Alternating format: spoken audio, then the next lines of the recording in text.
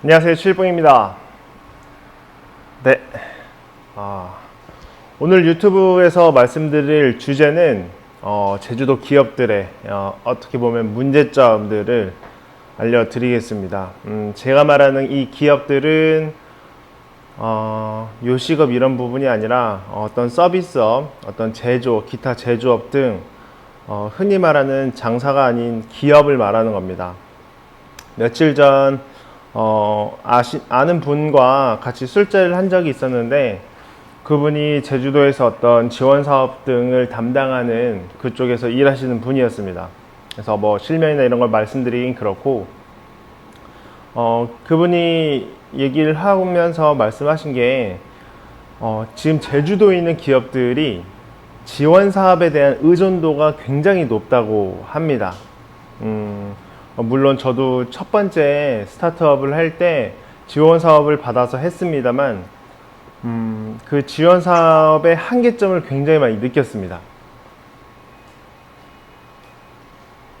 굉장히 많이 느꼈고, 이게 이쪽 업계에서는 헌터라고 해요. 그 이제 지원금이나 어떻게 보면 세금을 축내는 어떤 그런 존재들인 거죠. 그 사람들은 지원 사업을 받는 어떤 하나의 요령이나 이런 걸 굉장히 잘 알고 있기 때문에, 그 사람들은 지원 사업을 따내서, 그러니까 굉장히 좋은 아이디어는 굉장히 좋아요. 이거는 인정합니다.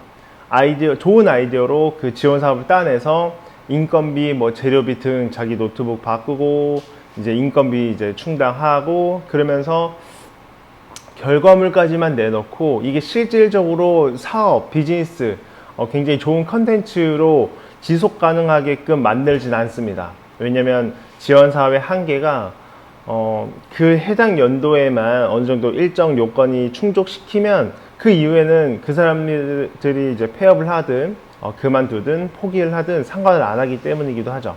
이거는 지원 사업 자체의 한계입니다. 이건 어떻게 할 수가 없고, 그리고 어떤 큰 업체들도 마찬가지인데, 큰 업체들도 대단히 예를 들어서 5억, 10억 정도의 큰 규모의 지원 사업도 많이 받습니다. 그 받아서 이제 연구원을 데리고 어떤 항목, 어떤 특허, 어떤 제조업 기술들을 연구한다는 어떤 그런 핑계, 그런 명목 아래 연구를 하면서 지원 사업비를 따냅니다. 근데 실질적으로 그들이 지원 사업이 없는 존재였다면 상품 판매로서 얻어가는 그런 이익과 그런 지속 가능한 경영 기업이 되기가 굉장히 힘듭니다. 왜냐하면 아무리 지원 사업을 받은 컨텐츠 아니면 제품이어도 아무리 잘 만들어도 이게 시장에서 팔릴지는 누구도 모르기 때문에 그 리스크를 감당하기엔 힘들고, 그래서 지원 사업을 받게 되죠. 대부분이. 그런 안타까운 점이 있고, 그래서 그런 분들은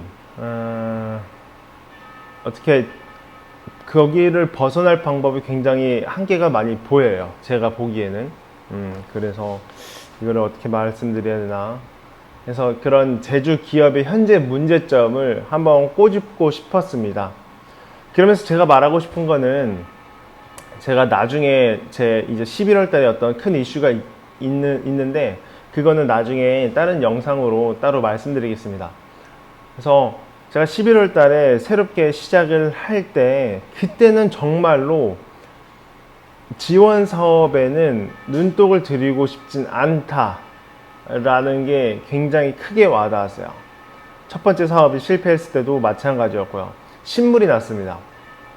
그러니까 어떤 부분이냐면, 지원 사업을 하게 되잖아요.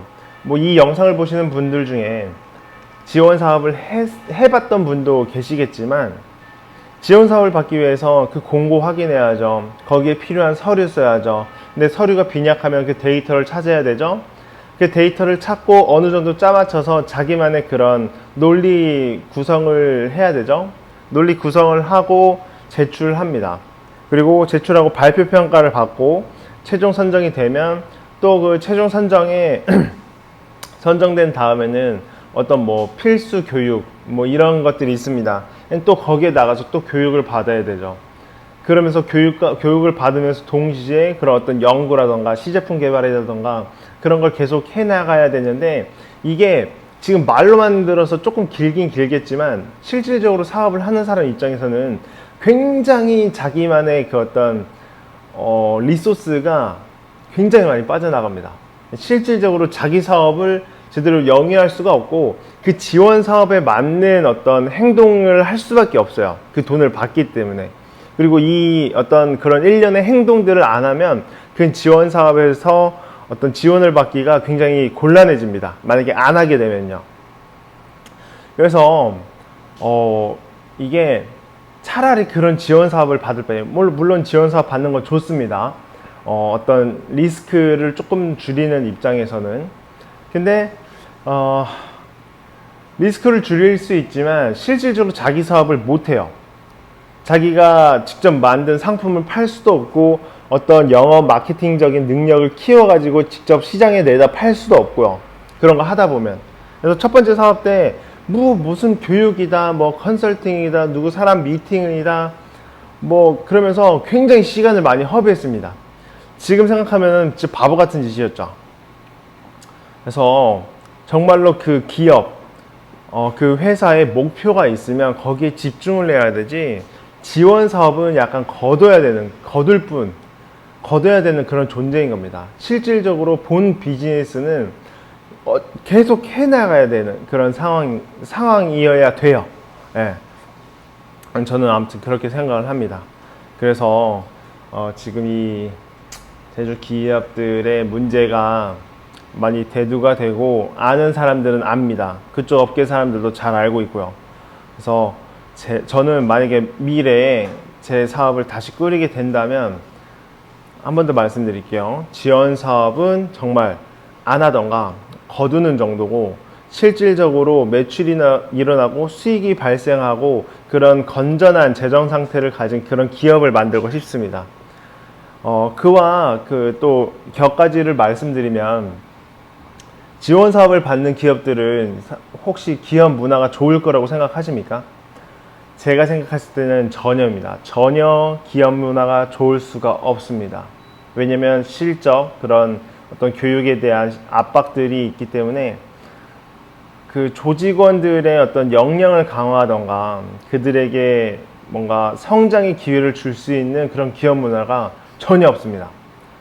제가 주변을 돌아만 봐도 그래요. 이 기업 대표님들 중에 뭐 물론 뛰어나신 분들이 있지만 대다수의 기업들은 대표가 공부를 안 하고 학연, 혈연, 지연에 목매여서 굉장히 그런 좀 안타까운 모습들을 봅니다. 나쁜 건 아니지만 제 입장에서는 답답하죠. 저는 그런 거를 조금 멀리하고 싶은 그런 욕구가 있기 때문이죠. 그래서 그런 대표 밑에서 일을 한다는 거는 사실 미래를 내다봤을 때 배울 점은 없다. 그런 사업의 어떤 그러니까 톱니바퀴 중에 일부분인데요. 그 업계를 이해하고 공부할 수는 있겠지만 실질적으로 대표를 존경하고 대표를 뒤따라가면서 성장할 수 있는 그런 기회는 많이 힘들 것 같다는 게 제 생각입니다. 그래서 제가 사업을 다시 했을 때 건전한 재정 상태를 만들고, 그리고 기업 문화를 제주도 내에서만큼은 어느 정도 탑 10에 들 만큼의 그런 기업 문화를 만들고 싶습니다. 그래서 자연적으로 기업 문화를 만들고 조직원들, 저희 임직원들이 조금이라도 더 성장할 수 있는, 이게 뭐 20대 초반 신입사원이든 뭐 40대 뭐 어떤 중년의 어떤 경력직이든 상관없습니다. 심지어 뭐 시장에서 현장 일을 하는 이모님들도 마찬가지입니다. 그들도 성장할 수 있다고 저는 믿기 때문에 그런 기업 문화를 굉장히 만들고 싶습니다. 네. 그래서 제 목표와 포부가 이렇다. 그리고 현재 제주 기업은 이런 문제점을 가지고 있다. 이게 제도적으로 바뀌기는 쉽진 않겠지만 조금이라도 자기의 비즈니스에 좀 더 집중했으면 좋겠습니다. 저도 이 영상을 이렇게 찍으면서 노력을 할 거고요. 네. 아무튼 이렇게 제 이번 영상은 마치고요. 다음에 또 제 생각과 어떤 제 마인드를 녹여낼 수 있는 그런 영상들 많이 만들도록 하겠습니다. 네, 좋은 하루 보내시고요. 네, 조심히 들어가십시오.